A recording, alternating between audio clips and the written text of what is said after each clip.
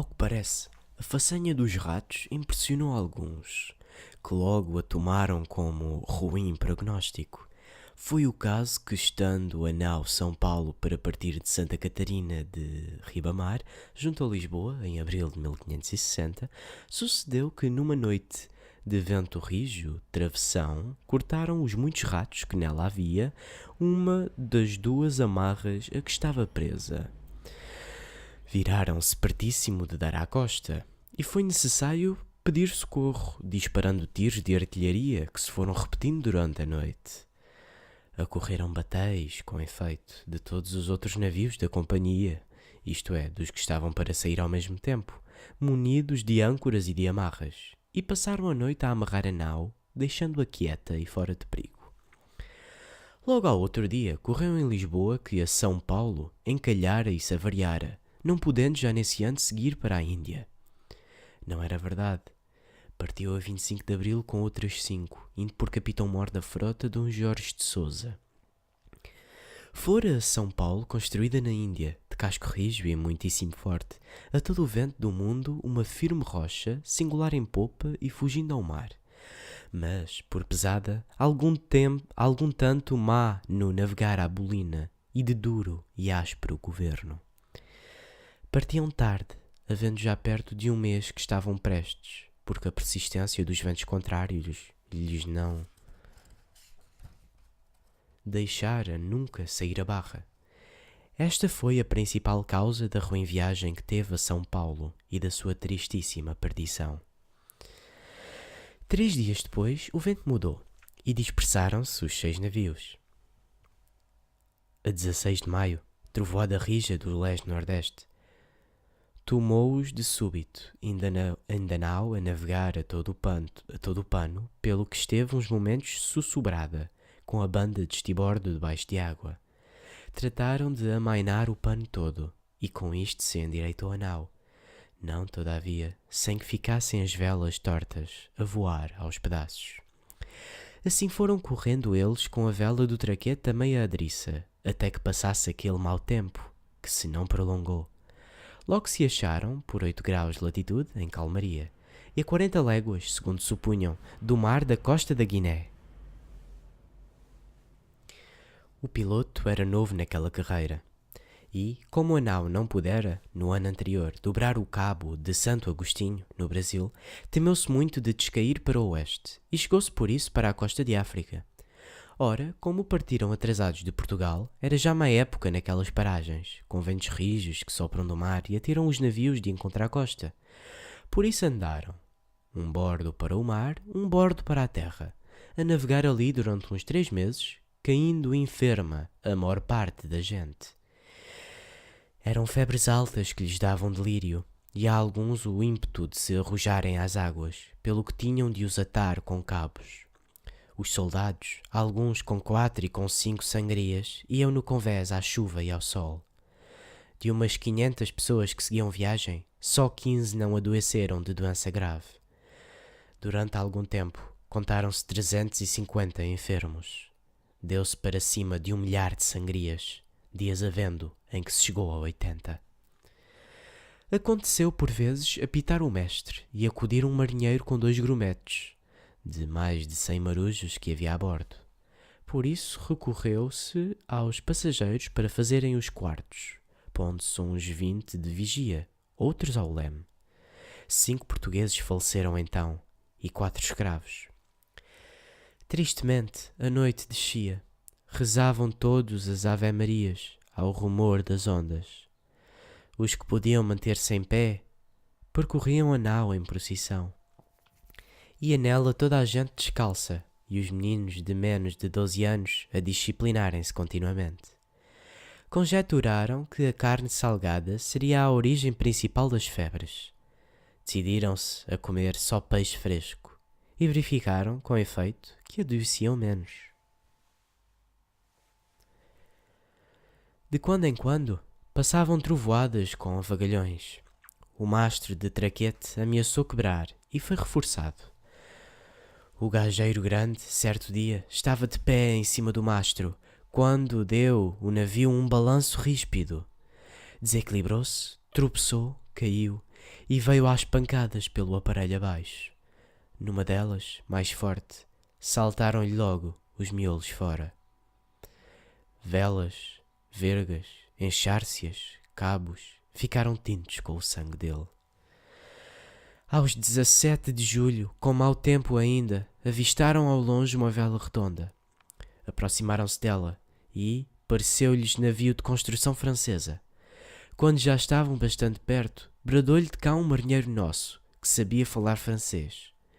Como ficavam por Barlavento, não ouviram nada e não responderam. Virou a São Paulo para cima deles e atirou-lhes um tiro de falcão pedreiro. A bala assobiou e passou-lhes por cima. Por ser já noite e por terem de dia conhecido a São Paulo, chegaram-se tanto para cima desta, antes de lhe atirarem segundo tiro, que se deram enfim a conhecer dos nossos. Portugueses eram, e saídos de Lisboa, com igual destino, no mesmo dia que a nossa nau.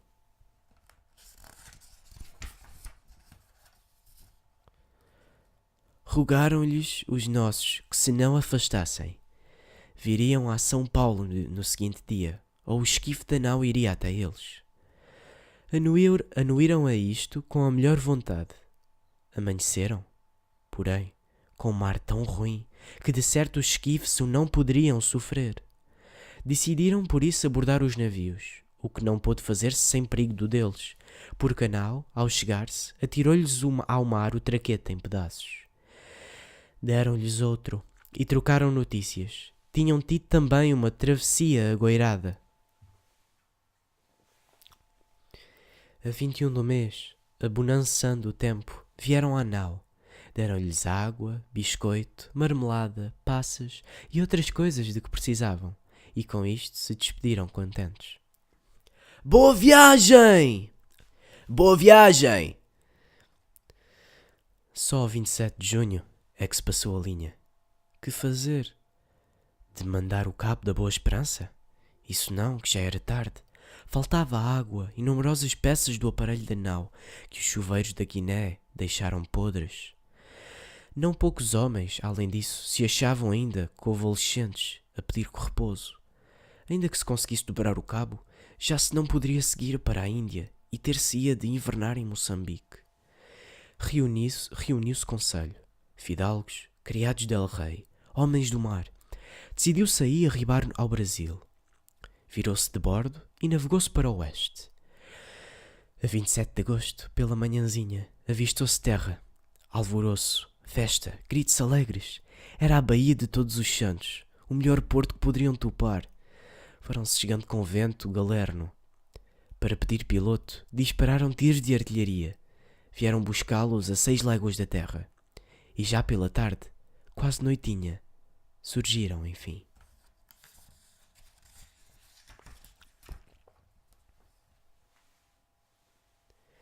Não acharam ali o governador, mas excelentes novas a seu respeito. Conquistara aos franceses e arrasara a fortaleza da Baía do Rio de Janeiro. De aí a pouco chegava ele. Fizeram-lhe grandes mostras de alegria, com vários momos, touradas e outros folguedos. Partiram os nossos da Bahia a 3 de outubro, tendo ficado no Brasil mais de 100 passageiros da São Paulo, a fim de participarem numa expedição que iria à descoberta do Rio do Ouro, para a qual o governador decidira mandar um capitão. Seria nunca acabar a narrativa dos numerosíssimos, variadíssimos e trabalhosíssimos casos que se deram com esta nau durante os 4 meses que se seguiram. No 1º de novembro estavam perto das ilhas de Tristão da Cunha, a oeste-sudoeste do Cabo da Boa Esperança.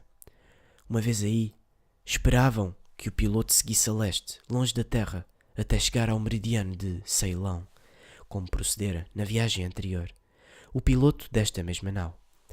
Não o fez ele, porém, assim, deitou rumo ao cabo, para poder ter vista de terra firme. Aos 15 de novembro, depois de passada uma tormenta dura, avistaram com efeito o promontório. Viram ao outro dia o das agulhas, e a 17 do mês, já pelo sol posto, viraram de bordo no caminho do sul para descerem ao paralelo de 42 graus, o qual seguiriam na direção de leste.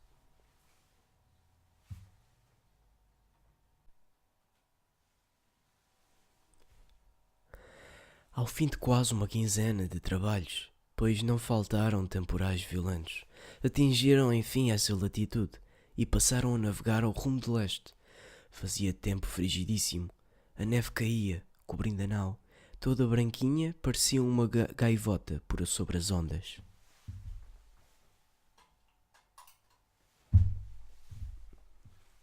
Estavam as velas aos pedaços, podres e remendadas. Era preciso cozê-las todos os dias e amainar 3, 4 vezes o pano. Faltava a quase todos o comer.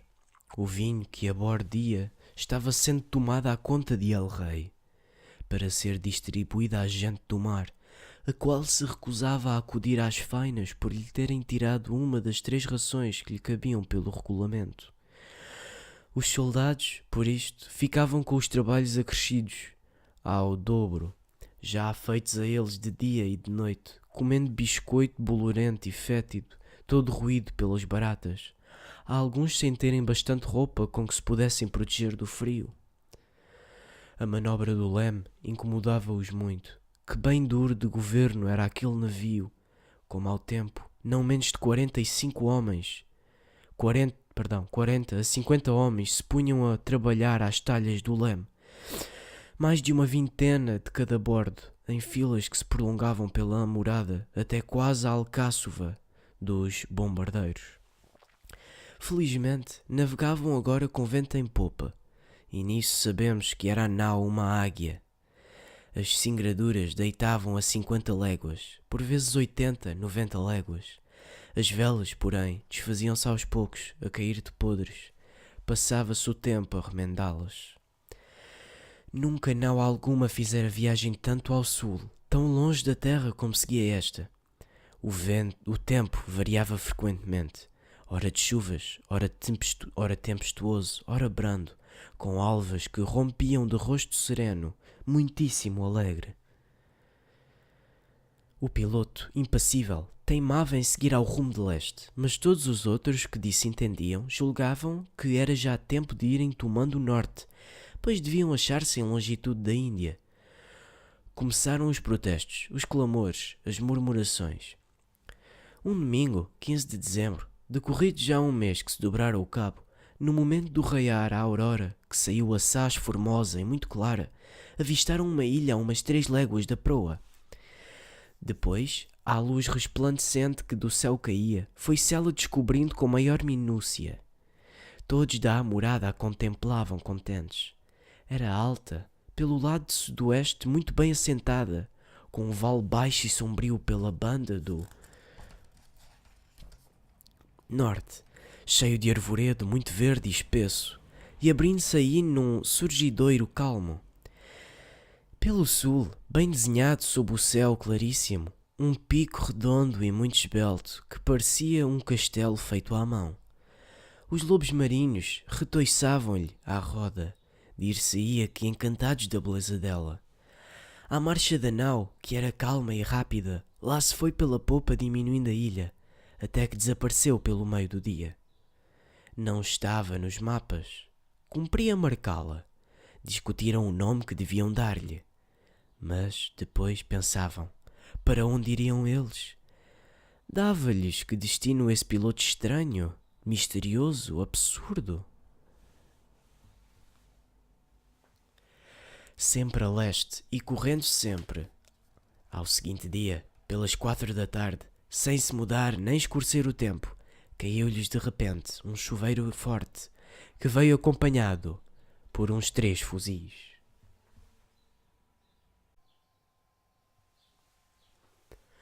Trovoada grossa. Eia, 1000 demónios! Amaina, amaina! Amaina tudo! Deram de súbito com as velas em baixo. A gávea de proa ficou logo em tiras. 6 marinheiros, que lá tinham subido para colher o pano, davam-se por perdidos e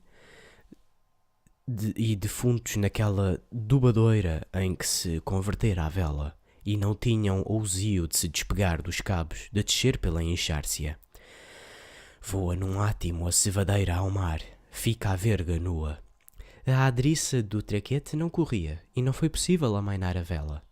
Por largo tempo se aguentou na verga, até que rebentou e se fez em pedaços, que a rajada arrancou e arrebatou da vista. O vento, chicoteando fortíssimo nas ondas, desfazia-lhes as cristas num chuveiro ríspido.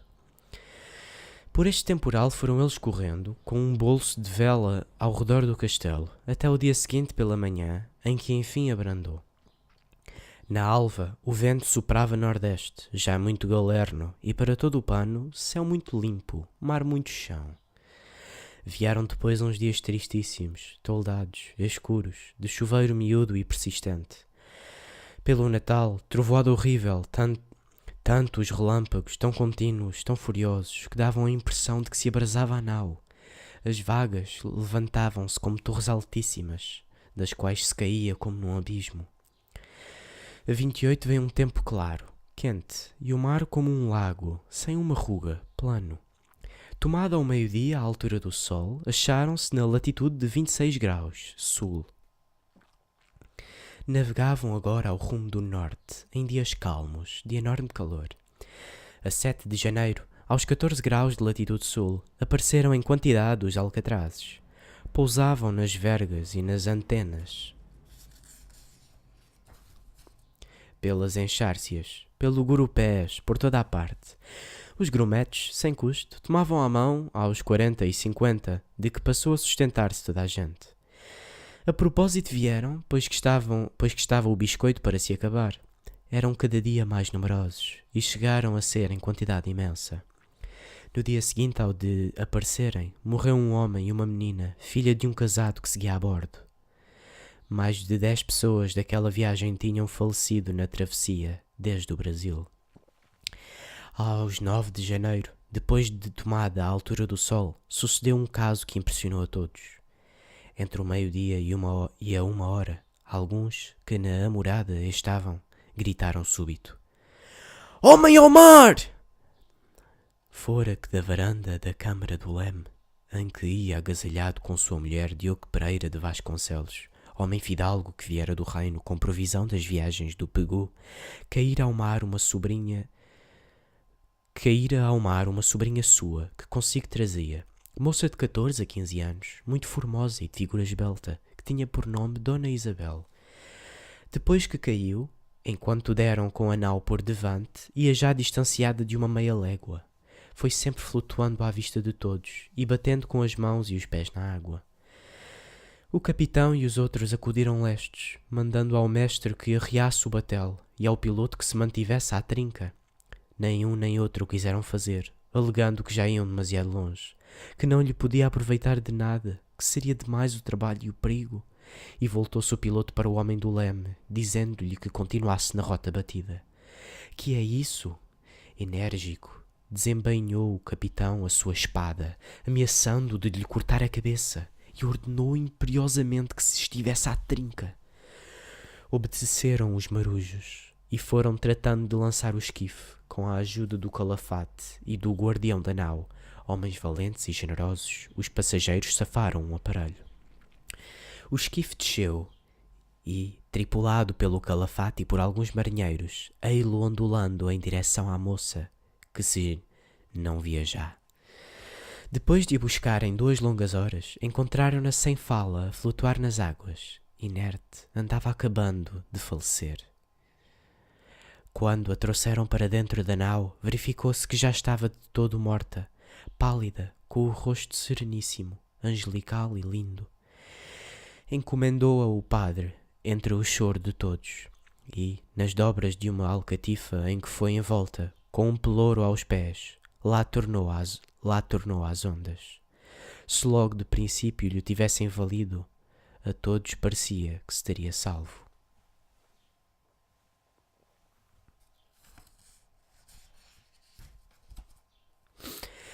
Já nesse tempo, pela infinidade de pássaros em volta deles, tomavam às vezes 100 por dia, com paus, com laços ou só à mão, vinham muito receosos de baterem em fundo. Por ordens do piloto, haviam-se aberto os escovães, as âncoras prontas, talingadas a pique, vigia atenta, 2 marujos por quarto no gurupés da nau e uns poucos de soldados no castelo de proa. Supondo-se perto de chegar a Ceilão, agitava-se a gente alvoroçada e lépida, tendo-se cada um por já estar em casa. Iam assoalhando os seus melhores vestidos, preparavam armas, calçado, tudo. Muitos aplicavam-se a dar fio às espadas, precaução necessária, pois havia brigas aprazadas para terra, ódios implacáveis de homem para homem. Cuidavam de mortes e de vinganças, esses. Outros, de cobiça e de ganhuça rápida. Espumas nas ondas, nuvens ao vento, nadas, sonhos baloiçados no madeiro frágil. A 14 de janeiro, estando em 6 graus de latitude sul, observaram no mar sinais de terra, canas de bambu, cordoalha, troncos, manchas de variadas cores no azul das águas. Imaginavam alguns que iriam próximo de Sumatra, bem para lá do meridiano da Índia. Por que teimara aquele piloto em seguir para leste tanto tempo? Das trovoadas de Sumatra, ele próprio na viagem lhes havia contado maravilhas, milagres, estranhezas espantosas que faziam pequeninos os corações. Que mania a sua! Aos 16, por latitude de 4 graus e 3 quartos, caíram chuveiros e trovoadas. Sabia-se que a costa era ali sujíssima, cheia de baixos, de restingas, de infinitos ilhéus, de correntes fortes. Avistavam-se à flor da água alguns rolos grossos de madeira, manchas barrentas, bambus, espigas como de milho, filamentos, ervas. Não se sabe porquê, o piloto teimava em buscar terra. Às 19, à tarde, refrescou o vento. Pela meia-noite, uma procela horrível. Eram tudo relâmpagos, trovões, coriscos, chuvas fortíssimas que fustigavam a pele, e tanta água que pela borda entrava, que não havia bomba que a pudesse esgotar. O vento, ao que todos supunham, devia atirá-los para cima da costa. João Gonçalves, feitor que fora daquela nau quando ainda pertencia a uns armadores, muito gentil soldado e para trabalhos duros, como depois mostrou, disse publicamente ao capitão da nau, como quem era entendido na arte náutica, que mandasse ao piloto tomar as velas. O capitão lhe o requereu da parte de El-Rei. Ele, porém, nunca quis aceder, por mais requerimentos, rogos e ameaças que lhe foram feitas, e mostrou provisões que tinha de El-Rei de não entenderem com ele sobre seu ofício, nem nele intervir pessoa alguma de nenhuma qualidade que ela fosse. O crédito que teve para lhe confiarem a nau e para ser piloto desta carreira da Índia proviera do dinheiro que de Malaca levou. Correram, pois, em popa, com rumo à terra, em vez de virarem na volta do mar. Ao outro dia pela manhã, que veio muito escura e muito triste, viram pela proa aparecer uma ilha, a distância de umas 7 ou 8 léguas. O mar continuava muito revolto e entrava em jorros pelos escovões, que se conservavam abertos. Entupiram-nos com colchões o melhor que puderam, por não dar lugar para mais. Quando o piloto quis enfim virar, já era tarde. O vento enrijou, começou de súbito a desaparelhar a nau. Levou as costeiras de ambos os mastros. De quase todas rebentaram a um tempo, e não houve vela que se não rompesse. Sentindo-se perdidos, içaram a bandeira das relíquias que costumava a rainha dar às naus. Ajoelharam no convés, encomendaram-se a ela. Depois, com nova coragem, tudo experimentaram para seu remédio. Desfizeram um cabo de linho em cordas para suster os mastros. Trataram de remendar, como puderam, um pedaço que restava do traquete.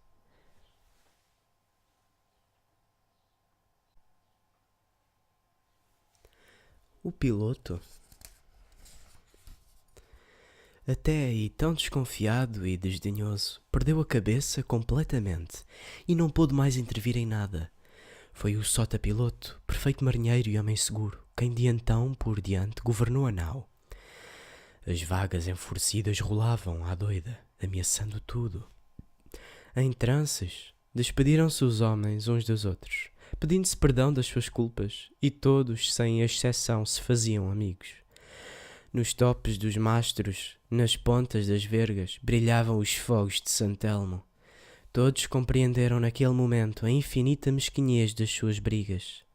Durante a noite, estiveram passando, não se sabe como, por cima de restingas de meia légua, em que o mar quebrava terrivelmente. Fundearam de madrugada com uma amarra. O tempo, furioso continuamente. Trataram de lançar uma segunda, porém, o fundo ali era de coral e cortou-a logo como uma navalha.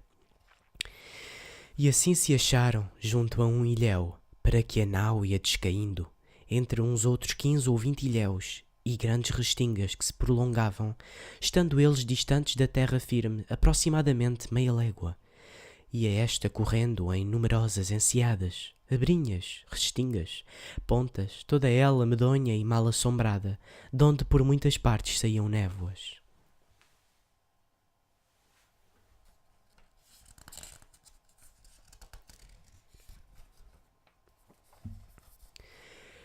Picaram a amarra para ver se com o vento que ficava em popa podiam meter por uma boa enseada que a não grande distância por proa tinham, ampla e formosa, e bem abrigada de todos os ventos. Não o puderam fazer por falta de velas, e, logo que acabaram de picar a amarra, bateram no ilhéu, rochedo íngreme e redondo, com escassas árvores no cimo. Deu o casco 3 pancadas secas, violentíssimas, de grande temor e de grande espanto, sem abrir, porém, nem fazer água, no que mostrou ser sólido e muito rijo. Assentou, inclinou-se todo para este bordo, da banda do mar, e encheu-se de água, com toda a proa por baixo dela.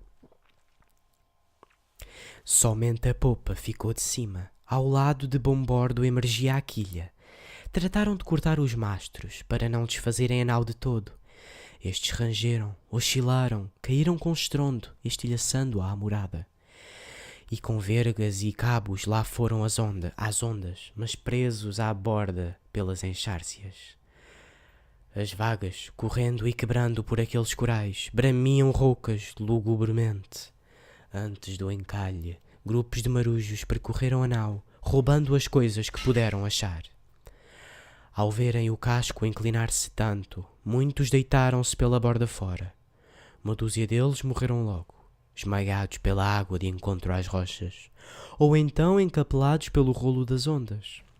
O capitão, aconselhado pelo mestre e por outras pessoas, proibiu que mais alguém se lançasse ao mar. Esperassem um pouco, desgraçados, estivessem quedos, com a ajuda de Deus se salvariam todos. Entretanto, ia-se tratando de arriar o esquife. Pouco a pouco, a tormenta aplacava. Ao fim de 2 horas, estava tudo em calma. João Gonçalves e Pedro Caldeira tentaram tirar algum pão do paiol. Não o puderam fazer.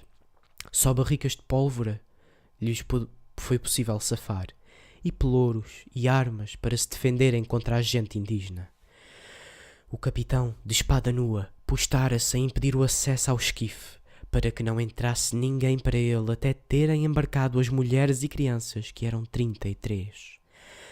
Em viagens do esquife, até à noitinha, foi toda a gente desembarcando em terra, cada um com as armas que pudera haver, e metidos no mato, em torno de um pau que hasteava a bandeira das relíquias, junto num corpo, se agasalharam os náufragos por aquela noite. Uns choravam a morte de algum consanguíneo, ou de algum amigo, esperando a sua.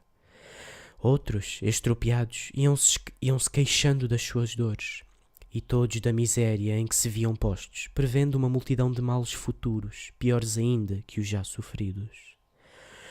Alguns, durante o dia, haviam percorrido aquelas praias. As imaginações exaltavam-se pelo terror. Para eles, qualquer pau na enseada era uma embarcação.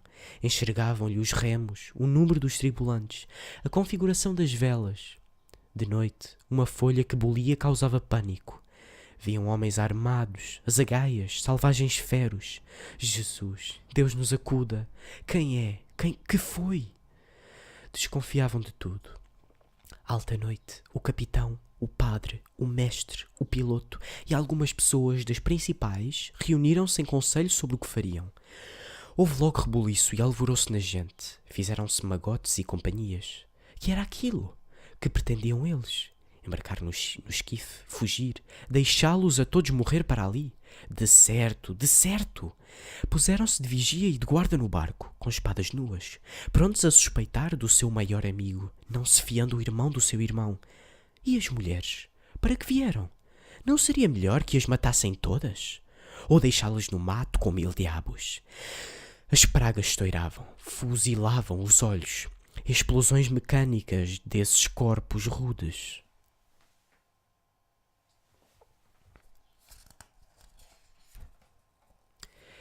Nessas suspeitas e ajuntamentos gastaram eles o seguinte dia.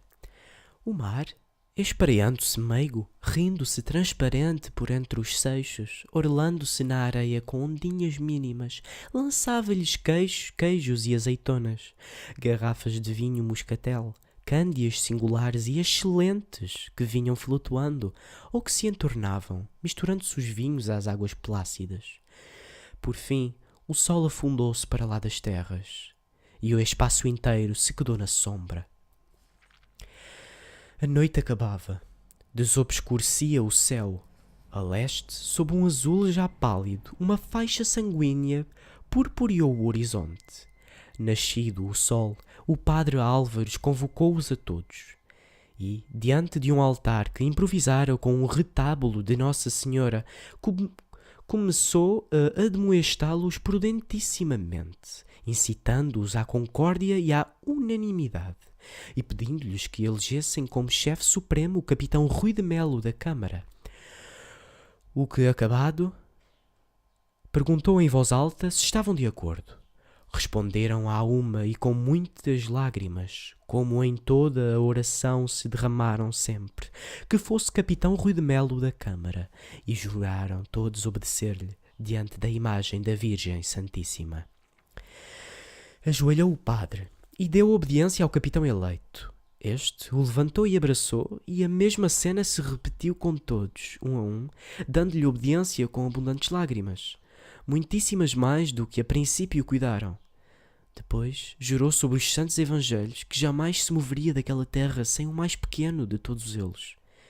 E ficaram mais quietas essas almas loucas, metidas num báratro de pensamentos lúgubres, soltos, desencontrados, cheios de relâmpagos e de suspeições.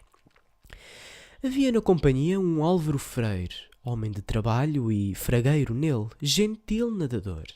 Pediu-lhe o capitão que se fosse à nau acompanhado de outros que soubessem nadar, a buscar mantimentos, munições, aparelhos, o que logo foi feito e posto em ordem. E o esquife, com outros por outra parte, depondo em terra o que se lograva trazer. Todas as coisas se juntavam num monte, e cada um trabalhava como podia. Aquelas pessoas que não sabiam nadar andavam em busca por entre os recifes, até 2 léguas distantes de ali, às vezes com água pelo pescoço, a trazerem tudo que dera à costa e podia ser útil à companhia. Sucedia encontrarem, entre barris e caixas, o cadáver mutilado de um parente ou amigo. Na praia, os sepultavam o melhor que podiam, arvorando-lhes cruzes às cabeceiras. Decidiu-se que o mestre e o piloto iriam, assistidos de outros, explorar a terra em que se viam postos, estudar-lhes os recursos e escolher o sítio para o acampamento. Estavam numa ilha de coral branco, esguia e rasa, defronte da costa de Samatra. Teria de largura uma meia légua. No arvoredo, altíssimo, muito espesso e escuro, medonho em si, viam-se saltando bugios ágeis, na maioria brancos, mas havia os pardos e negros também. Ao darem com a gente, fugiram aos saltos para os cimos das árvores. De noite, furtivos, silenciosos, leves, desciam dos ramos ao acampamento, iam caminhando lentamente no escuro. E, pronto, roubavam a comida dos nossos náufragos. Ah, ladrões! Ah, cães!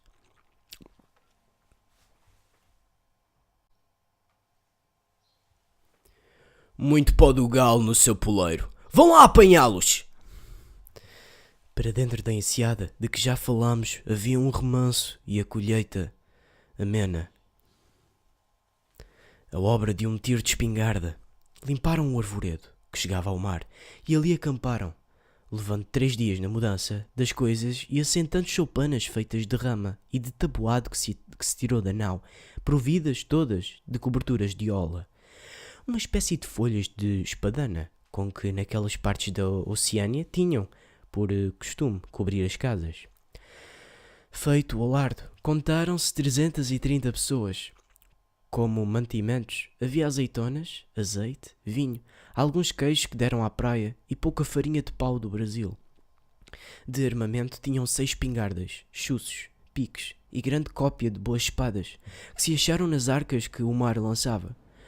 Um negro usurate, mergulhador emérito, conseguiu tirar do fundo da nau, onde vinha artilharia a fazer de lastro, 2 falcões, um falcão pedreiro, 8 berços, bastante pelouros, e meia dúzia de barris de pólvora.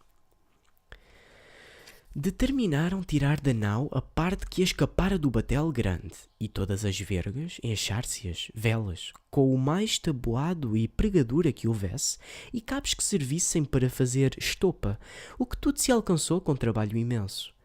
Pretendiam com isso construir um barco, onde lhes fosse possível sair dali. O piloto, como ourives que fora, com coros de guadamecins e botas, conseguiu construir 2 pares de foles, por meio dos quais se fabricou ferraria. Trabalhavam nisso 3 mestres ferreiros, assistidos de 4 ou de 5 ajudantes. Era deles, chefe, um homem fidalgo, Rui de Melo. 8 grumetes faziam carvão. 12 homens serravam as vergas, o tabuado. Serviam, para isso, 2 grandes serras, que improvisara de alguns montantes o condestável Fernão Luís. Os demais homens andavam no mato, ou então pelas praias, trazendo vigas para a construção, apanhando marisco, caranguejos, ervas, palmitos bravos. As mulheres e meninos descochavam cabos, reduziam-nos a estopa. Construíram uma igreja, de paredes cobertas com panos de rás, que da carga da nau se conseguiram salvar, e singulares ornamentos de veludo e de cetim. Todos os dias havia missa, e todas as noites, ladainhas. Às quartas e sextas, procissão, em que muitas pessoas se disciplinavam. No barco grande poderiam caber, ao que lhes pareceu, umas 260 pessoas. As outras 60 e tantas iriam no esquife e numa gulueta construída pelo sota-piloto. Por vezes, dividindo-se em magotes e companhias. Quiseram desistir de construir o barco, mas o padre Álvares, com a sua prudência, trazia-os à concórdia e à cooperação. Faltando a comida, tiveram de ir pescá-la à terra fronteira. Aí colhiam algum marisco, 4 e 5 dias mergulhados no mar. Mariscando de noite com morrões e candeias e frigindo o peixe que pescavam, pois não durava de um dia para o outro, pelo grande calor e umidade, e porque não dispunham de nenhum sal. Já por esse tempo começavam as mortes. No dia 13 de fevereiro, uns que mariscavam na terra fronteira viram uma almadia com 10 indígenas. Entrou-se logo em relações com eles. Chegaram outros. Porém, revelaram-se gente má. Apanharam um dia alguns dos nossos, mataram-nos e comeram-nos. Depois sumiram-se. A 19 de março, enfim, deitaram ao mar a embarcação grande, muito vistosa e embandeirada com bonitas bandeiras que lhe fizeram. Depois de ancorada, disparou as peças, salva esta que deu ânimo aos homens. As 3 embarcações, no dia seguinte, partiram do arraial para as estâncias velhas. Começou o embarque, logo depois. Verificou-se que não cabia no barco grande o número de pessoas que se imaginara. Se qualquer passageiro bolia um pouco, dava logo de banda e sussurrava. Era causa deste transtorno terem feito aposentos demasiado amplos para Dona Francisca e para as outras mulheres, e carregado o barco com uma carga excessiva, de que se tinha mais conta que da vida dos homens. O mestre e o calafate declaram-se prontos a seguir por terra, com aqueles que os quisessem acompanhar. De noite, regressou o navio à enseada e fez o capitão desembarcar a gente, menos as mulheres e alguns homens. Afirmava ser necessário que uma parte dos náufragos caminhasse por terra. O padre Álvares, ouvindo isto, propôs a ideia de se desmanchar o paiol e os aposentos destinados às mulheres, e de se abandonar uma jarra do piloto que ocupava um espaço desmesurado, de quase metade de todo o navio. Como iriam, além disso, ao longo da costa mariscando, e como de certo não faltaria água, poucos mantimentos e barris de aguada seria necessário que levassem. E desta forma, caberiam todos. O capitão respondeu que sim, mas foi para bordo, e chamou para lá alguns amigos seus, bem como os padres, que supuseram que os convocavam para conselho. No dia seguinte, ao amanhecer, todos os desembarcados, uns 150, acudiram à praia. De longe, disse-lhes o capitão que se fossem por terra. Iria esperá-los à Enseada Grande, 8 léguas de ali para a banda do sul, onde alguns dos náufragos já haviam chegado. Tratariam aí de fazer outro barco, achado algum género de mantimento. Os de terra propuseram-lhe que viesse ele comandá-los, que lhes desse umas armas com que se defendessem, e que recolhesse no navio os meninos e enfermos. Contraveio o capitão que já não era tempo. Pediram-lhe então que lhes desse um padre e João Gonçalves, ou António Dias. Este último, homem valente e exemplaríssimo, de muito boa vida, saltou logo para o esquife com o seu astrolábio, pois era excelente observador do sol, e outro assim, Tomé Jorge, animoso mancebo natural de Lagos, com sua espingarda, o padre João Roxo Valenciano, o padre Castro, que do Brasil viera para conhecer a Índia, e o padre Álvares. Desembarcaram-nos no esquife da banda de Samatra, dizendo aos de terra que passassem o val antes que começasse a maré a encher.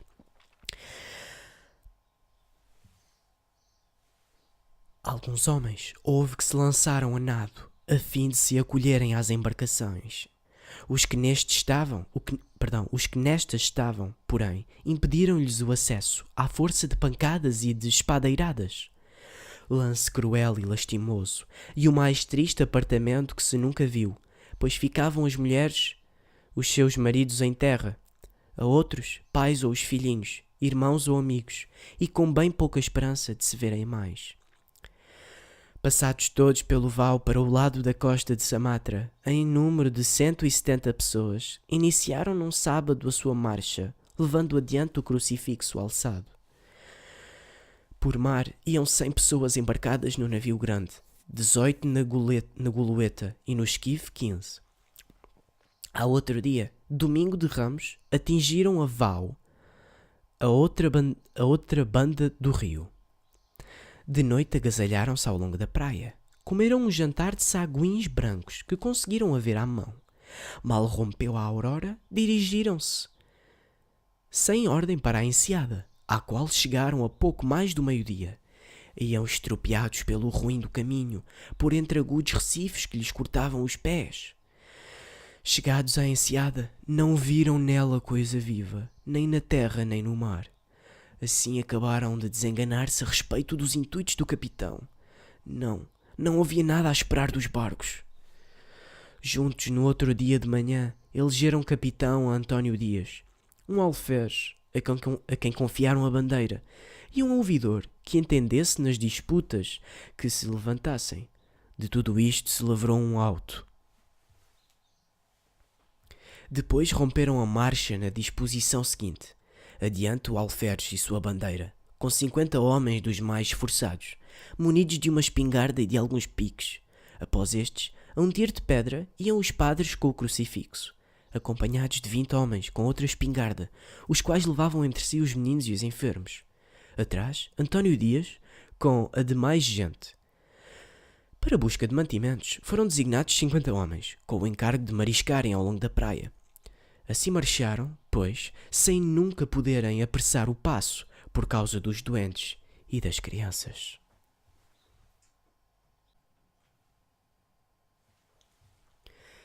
Pelo mar, entretanto, iam navegando as embarcações, as quais foram ter a uma bela enseada, onde puderam tomar água. À tardinha, tiveram vista de uma vela grande. Alvoroço entre os nossos. Que seria aquilo? O capitão, Rui Melo da Câmara, mandou que se equipassem os 2 batéis, fazendo-os munir de umas panelas de pólvora que lhes foi possível remediar. E em um deles um China que falava o malaio e que lhes poderia servir de intérprete. O capitão encomendou-os a Deus, que fossem a saber que gente eram, que sítio era aquele em que se encontravam, se fretavam, ou vendiam o navio em que vinham, ou outro qualquer. Quando não, tomassem-lhes o barco pela força das armas, pois já não tinham comida a bordo. Partidos nos batéis depois do sol posto, só cerca das 11 horas se chegaram ao junco. À luz do luar, que as esplendia, pintando o quadro em claro escuro forte, perceberam que os indígenas estavam prontos para a luta. Examinaram-se, calados, sob a luz de prata. Uma paz maravilhosa dominava o ar. Suspensos, esperaram um pouco, na mudez espantosa da noite plácida. Enfim, prolongada, a voz clara do intérprete vibrou na noite. Quem eram eles? De onde vinham? O som ecoou, perdeu-se de todo. Somente, pela calma noturna, o rumor das águas no costado dos barcos, cristalino e fino. Uns momentos depois, tornou o intérprete. Venderiam o barco? Venderiam comida? Não! Responderam enérgicos. Não eram mercadores, eram gente de guerra, eram axães. Diziam assim para fazerem medo. Os axães, naquelas paragens, eram temidos por toda a gente. Súbito, um chuveiro de setas partiu de lá. Algumas delas acertaram nos homens. Outras, mais baixas, cravaram-se na madeira dos 2 batéis, zunindo e vibrando. Fogo! E do lado dos nossos estrondearam os berços, linguarando chamas. Depois, à força de remos, abalroaram pela popa o junco inimigo. Mas os batéis eram rasos e o junco alteroso. Com os piques não lhes chegavam à borda. As setas caíam, disparadas com gritos. Afastaram-se, pois, remando com ímpeto, para os varejarem de longe com os tiros dos berços. Trazia o junco um parau reboque. Decidiram tomar-lhe. Segunda abordagem. A eles! Senhores do parau, lançaram para o junco panelas de pólvora que nunca chegaram a tomar fogo. Os axães pelejavam valentissimamente, barrando a pupos a cada tiro. Numa 4ª abordagem, finalmente, conseguiram entrar. Resistência dura. Bernardo da Fonseca, marinheiro, foi o primeiro a penetrar no junco. Após ele, um João Gonçalves, que tirou Fonseca das mãos do inimigo, mas muito mal ferido. Outros portugueses subiram atrás. Os axães, vencidos, deitavam-se ao mar. 15 feridos dos nossos, e todos graves. As setas do inimigo traziam peçonha. Alguns escaparam do lance, graças a um pau especial que era antídoto do veneno, e que o piloto lhes dava para mastigarem. A vida à vitória, à 1h da noite, mandaram-se 3 homens no parau do junco, a avisar o capitão do que se passara. Já este corria à força de remos, a trazer-lhes auxílio, pois ouvira de longe o troar dos berços. 5 prisioneiros se tinham feito, que foram achados na coberta. Puseram-nos a tormento para os obrigarem a falar. Souberam por eles que se achavam em Samatra, como supunham. A pretexto de vingarem os portugueses assassinados no Arraial, resolveram decapitá-los a machado. Sofreram isto com a maior coragem. Mal se cortava a cabeça a um deles e se deitava o corpo pela borda fora. Outro oferecia logo a cabeça ao talho, sereno e firme. Poupou-se um, que era piloto daquela costa, porque tinham dele necessidade. Acharam a bordo 15 fardos de arroz, e que os encheu a todos de contentamento. Ao outro dia pela manhã, 1º de abril, mandou o capitão a goloeta atrás, comandada por Bento Caldeira, a avisar os náufragos que vinham por terra de que já tinha embarcação para toda a gente. Estes, até então, haviam caminhado ao longo da costa por aquela ordem que dissemos acima, em alguns dias com grandes calmas, em outros com chuvas que não tinham fim. Foram passando por florestas densas, por penedos íngremes e dificílimos. Felizmente, a comida abundava. O peixe era tanto que o tomavam à mão, ou a pau o matavam.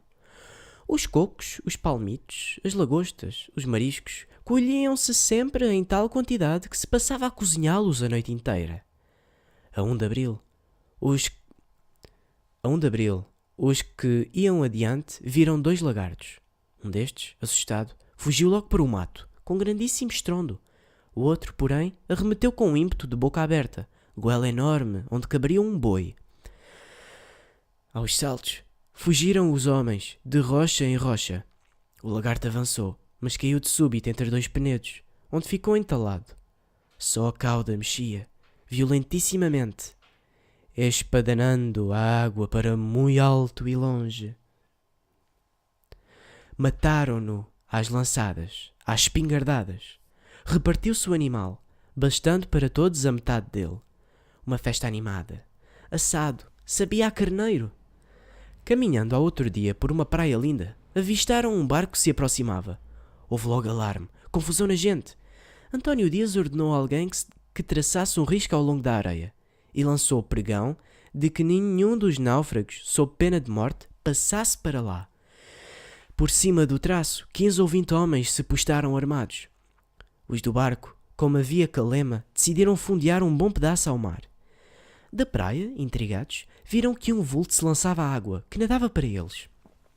Bradaram-lhe alto que se não chegasse, que dissesse o que queria. Notando, porém, que vinha cansado e o grande espaço que nadara já, deram-lhe licença que saísse fora.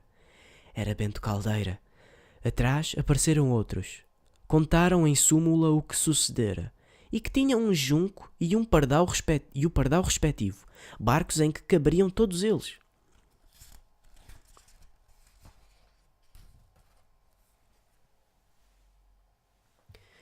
Ouvido isto, puseram-se de joelhos ante o crucifixo, que um dos sacerdotes sustinha nas mãos. Deram-lhe graças, pediram-lhe misericórdia em altas vozes.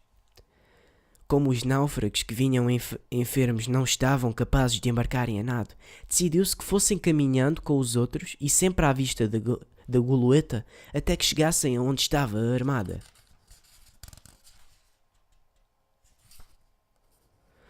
Passaram nesse dia muita sede. Por mais que buscassem, não topavam água. Estando assim em congoxa, um soldado por acaso cortou um cipo pendente de um ramo. Brotou água em fio, levando-a à boca. Achou que era doce e muito boa. Deu rebate logo e todos beberam e se refrescaram. Suspenderam a marcha pelo sol posto e veio a goloeta surgir de fronte, à luz do luar.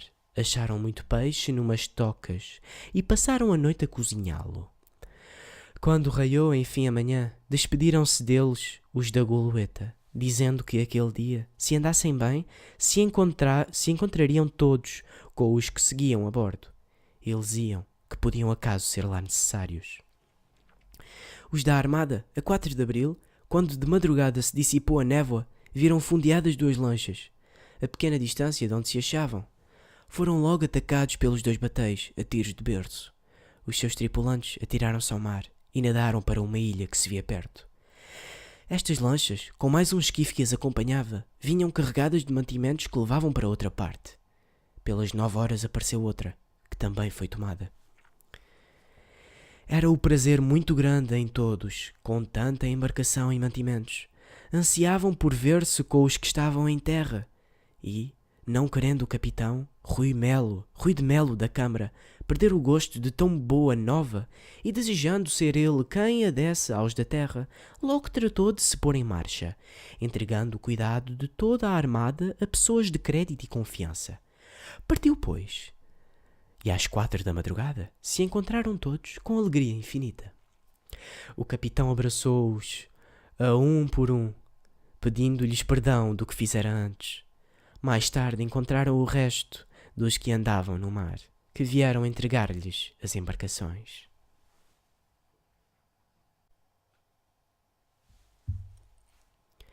Detiveram-se ali para se aparelharem, para se proverem de lenha, para fazerem aguada, e partiram por fim no domingo de Páscoa em demanda de uma ilha que se chama Mitau. 8 dias depois chegavam a ela e foram surgir na embocadura de um rio, onde logo acudiram muitos indígenas, que vinham embarcados em almadias. Mandou o capitão o esquife a terra, e nele o seu geau, que servisse de intérprete, e que tratasse de saber em que sítio estavam. Pedindo eles de reféns um dos nossos homens que lhe foi dado, veio a bordo um indígena que parecia importante. Falou ao capitão, disse-lhe que aquele rio era o Menencabo, onde residia um filho do rei de Campar.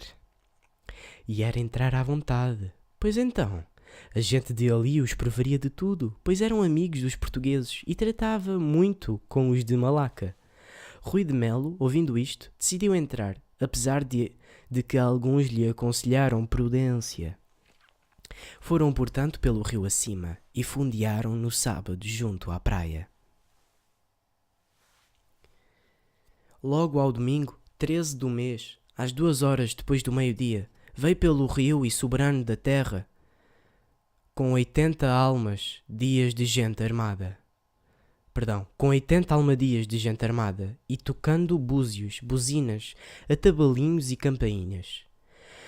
Chegado o rei, a quem os nossos salvaram com artilharia, desembarcou e assentou-se num alto assento, e abaixo dele os seus principais. Rui de Melo, antes de o ir visitar, mandou-lhe um presente por António Soares, 4 côvadas de grã, 4 de veludo carmesim, outros tantos de cetim da mesma cor, um pedaço de veludo verde, uns copos de vidro cristalino e um espelho formoso e muito rico. Mostrou-se agradado do presente e perguntou-lhe que era feito do capitão. Responderam-lhe que estava comendo. Comendo? Ora essa? Onde chegou? Onde chegam e estão os reis? Onde chegam e estão os reis, não devem comer os capitães. António Soares, enfiado, foi dizer isto a Rui de Melo, da Câmara, que não tardou em visitar o rei, o qual era mancebo, muito gentil homem, e estava vestido riquissimamente, com seu belo cris guarnecido de ouro, e na cabeça uma touca de muito preço. Agasalhou e fez honra aos nossos homens com muitas mostras de contentamento, dizendo ao capitão, por meio do intérprete, que visse bem o que pretendia ele, que tudo faria. Ouviu-lhe a narrativa dos seus trabalhos e deu licença a todos os súbditos que comerciarem com os portugueses. Depois, pediu-lhe, com grande empenho, que vendesse as peças de artilharia.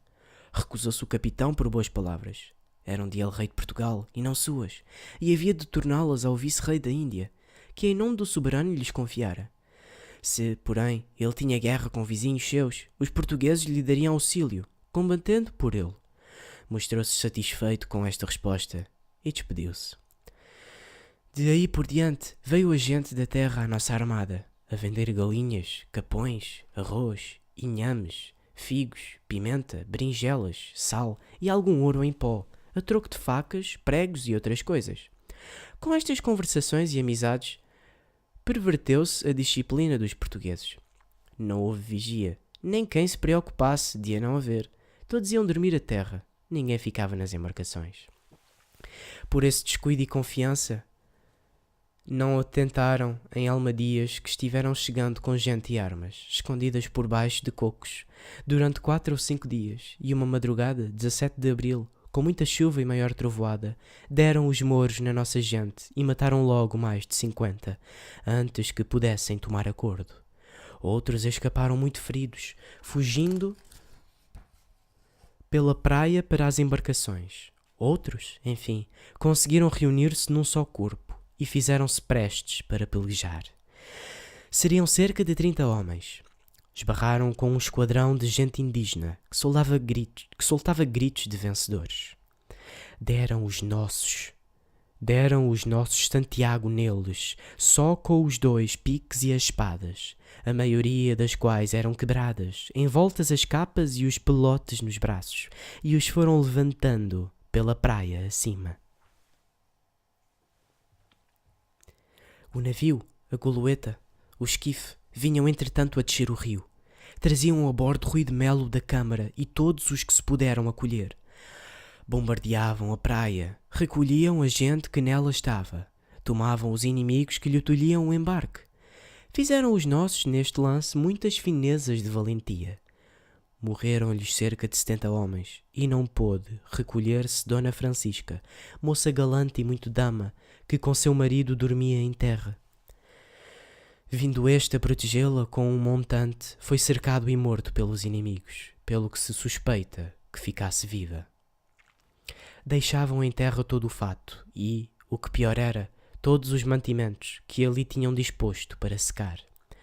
Às 9 da manhã saíram à barra, todos nus, em carne e muito feridos, de que morreram depois uns 10 ou 12. Ao cabo de numerosos dias, com tormentas, trabalhos e desventuras inenarráveis, chegaram cerca do porto de Banda, sem fazerem ideia de onde se achavam, e indo cansadíssimos de remar, passou um parau por perto deles, que os ouviu falarem a nossa língua. Vinha no parau um português mancebo, que se dirigiu logo ao navio grande. Graças a Deus, eram eles! Já o esperavam! Sim, já o esperavam! Estavam no porto de fronte de Sunda e muito perto das nossas naus, comandadas por Pedro Barreto Rolim. Era chegado João Gonçalves e o capitão Mor, tendo notícia dos outros náufragos, o tornara a mandar em busca deles e a avisá-los, bem cerca de ali. Vamos, só mais um momento. Estivessem alegres, até breve, adeus. Lá foi, com efeito, e deu aviso. Os portugueses embarcaram-se em batéis de armada, e em muitos outros que no porto havia. Com grande júbilo, vieram buscá-los fora do porto, esforçando-se todos por chegar primeiro. Pela tardinha, já quase noite, chegou o batel da nau capitânia e os outros depois. Entre si, disputavam generosamente sobre quem mais hóspedes levaria consigo. Consolavam os náufragos com palavras amigas, e mais com benefícios e com obras. Vestiram-nos a todos de sedas da China, de cores diversas e bem vistosas. E emprestaram-lhes dinheiro para gastarem a vida. Para ganharem a vida. Tudo festa, alegria tudo. Enfim, parecia-lhes um sonho, um encantamento.